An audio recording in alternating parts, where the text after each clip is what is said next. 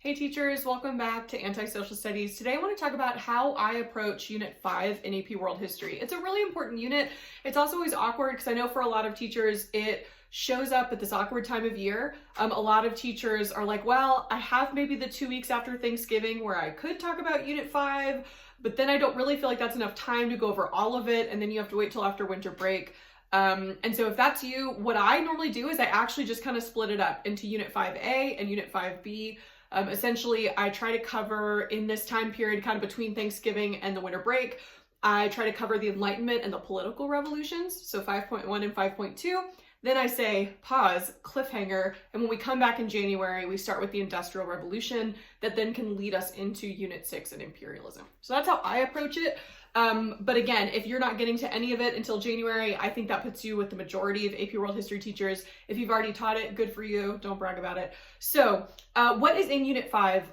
It's called revolutions. It's all the revolutions. So you have the Enlightenment.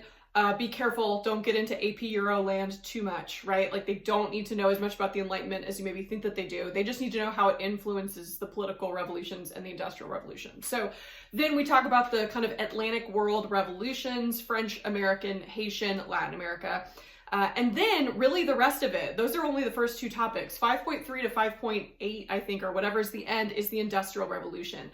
And another logical breaking up point, if you're not sure but you want to kind of split Unit 5 into two, is you could do sort of revolutions in the Western world, which would get you through like 5.1 to 5.5, kind of talking about industrialization, and then pause and come back and talk about revolutions and reactions to revolutions in the rest of the world. And so then you could start talking about other states industrializing outside of kind of Western Europe and the United States, that sort of thing. So again, I think there's a lot of ways that you can break this unit in half if you need to sort of straddle winter break. So what is important in this unit? There's really three important things. It's what's the impact of the Atlantic revolutions. So you don't need to spend a ton of time on the intricacies of each revolution on its own.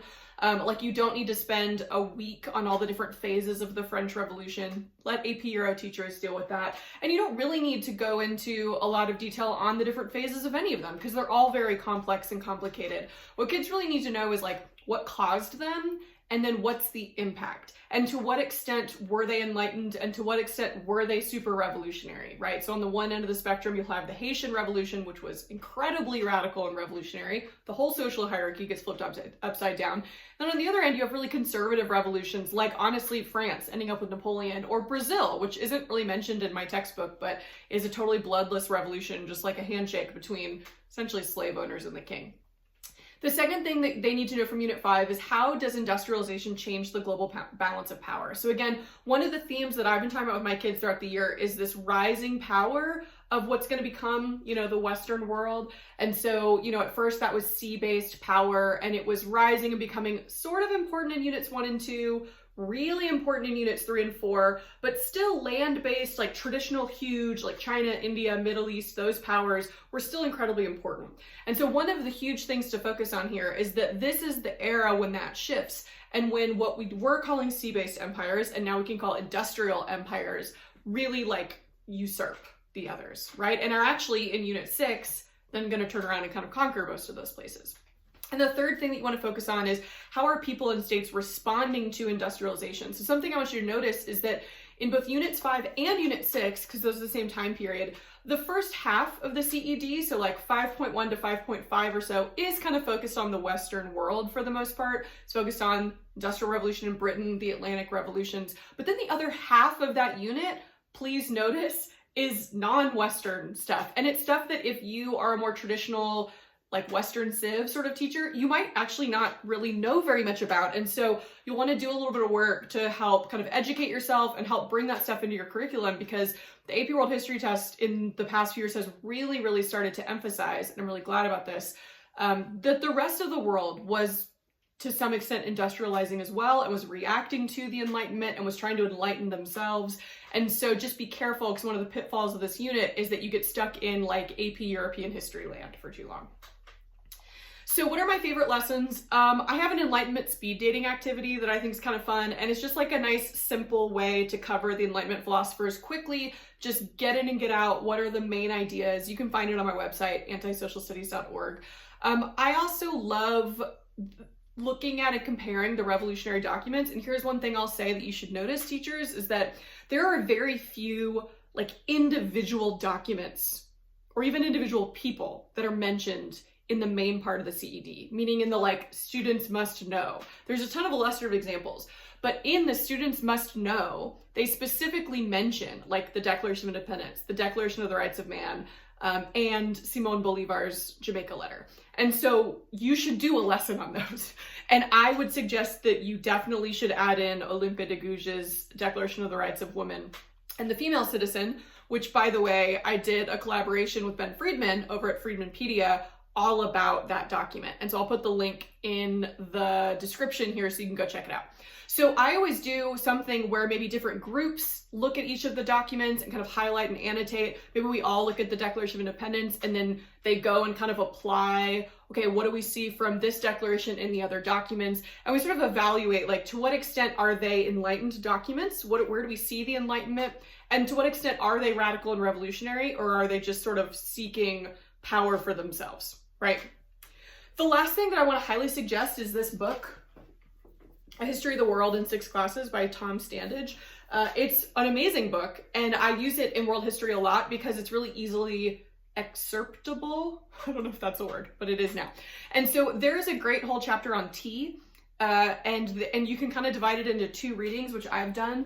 I'm not going to obviously post those on my website because copyright's a thing, but I would highly suggest you get this book. And there's a whole chapter on tea and the British Empire that is a phenomenal way to like connect a ton of the different things that we've been talking about up until this point, and to preview Unit 6, which is imperialism. So I'd highly suggest you go check that out and just have your kids read it. It's really interesting, and they might be like, oh, I have to read about tea. But then if you're in person, you can have a little tea party and like you can make it fun. And you can say nerdy things like, let's spill the tea, which I did the other day and got to see all those just exasperated Zoom faces. It was awesome.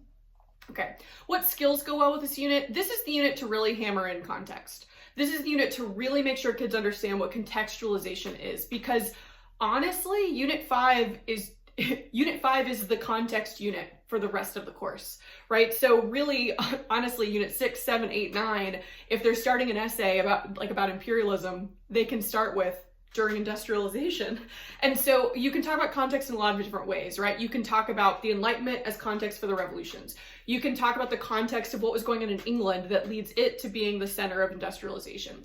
You can talk about the other non-Western states who successfully industrialize or attempt to, like Meiji Japan. So what's the context? What's been going on in the Tokugawa shogunate for a few hundred years that helps us understand why Japan did a better job of responding to this Western industrialization than China did, for example, right? And spoiler alert, it's a little bit of like isolation and being a very small unified state, as opposed to China being this massive, diverse, out in the world state that's been very successful. They didn't really have a lot of need to adapt and change what they'd been doing because it's been working for so long. Also, I think this is a really good time, if you haven't already, to start doing DBQs or start really walking them through DBQs, because Unit 5, I think, is the one unit that's the most familiar to students. They've heard of a lot of these things. They've heard of George Washington, hopefully. They've heard of Napoleon and the French Revolution. They understand basically industrialization. And so I think this is a really good candidate for maybe having them write their first DBQ.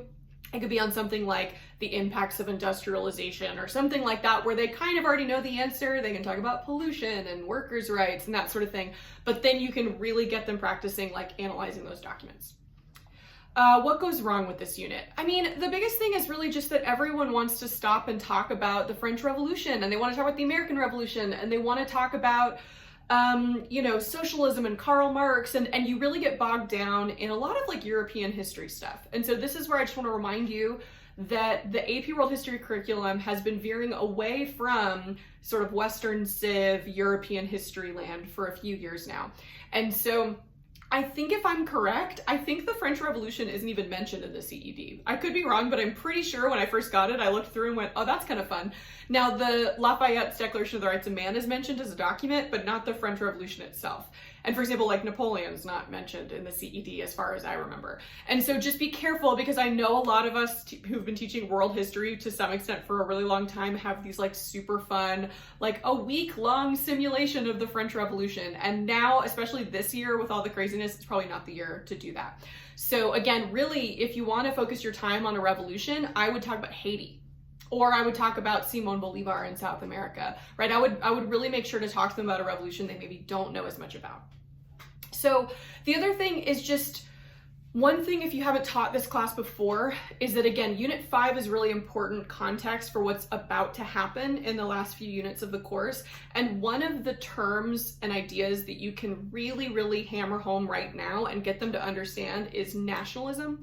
Understanding how like the rise of nationalism as this enlightened idea is going to lead to both really good and really terrible things in the next time period.